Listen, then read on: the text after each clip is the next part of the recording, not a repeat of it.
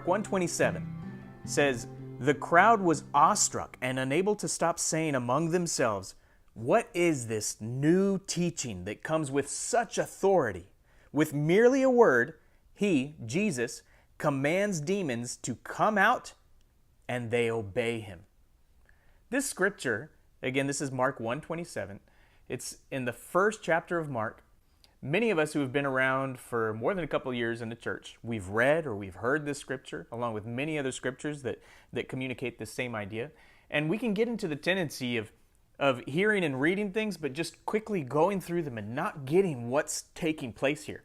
So for me, every morning, I really make it part of my routine in my conversation with God to take His Word and to really chew on it and spend time asking Him about it, but then also take it back and go back to the Hebrew and the Greek and the forefathers, the teachers that went ahead of us, take their ideas and what they've already discovered and how they applied Scripture. I like to take all that stuff. God wired me in a way that's part of our conversation, and then apply it to Scripture so that I can see it in a fresh way and get more meat out of it. So I want to take a few of these words that are in this Scripture, and I'll read it to you again. Jesus has just worked miracles and he's doing amazing teaching and crowds are gathering around him, and they've been taught their entire lives by scriptural teachers. They've memorized Scripture their entire lives. They've been like most people in church. They know a lot, but they've never seen it like this.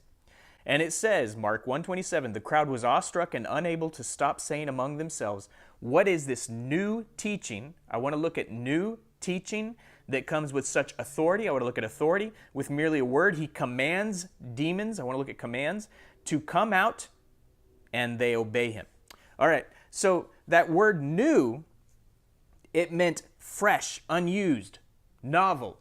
It's not newness as in age, it's newness as in previously unused. The word teaching, it means established, reliable set of principles. It's things that have been around, things that have been proven, things that have been there for a long time and are recognized as truth. And then authority means coming from right or privilege.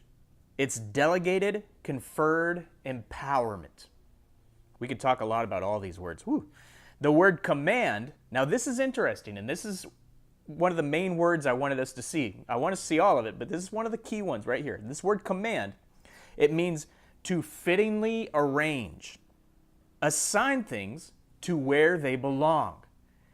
And then the word obey means under here. That's literally what the word means, under here. It means listening in submission.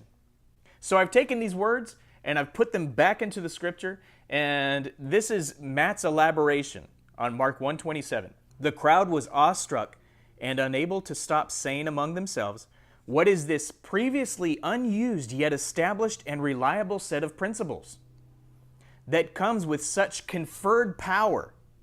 With merely a word, he, Jesus, assigns demons, spiritual beings, to where they belong, and they listen in submission to him.'" Wow, we could stop right here and just chew on this. And I want to encourage you, stop right here and chew on this.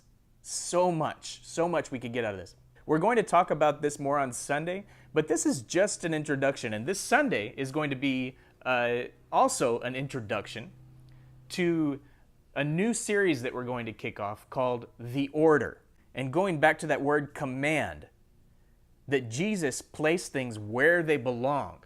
There is a created order, and that includes the powers, the principalities, these things that we quote off in Scripture that we haven't really deeply thought about. So we're going to go back to the very beginning. We're going to look throughout Scripture, and in doing this, we're going to talk about angelic beings, we're going to talk about demons, we're going to talk about principalities, we're going to talk about where we belong, where we fit into all this. What did Jesus Christ accomplish? And through Jesus, where has He placed us? And then also, we're going to talk specifically about how all of this, and this will be probably many weeks down the road, but we're going to talk about how all of this applies to the concept of spiritual warfare.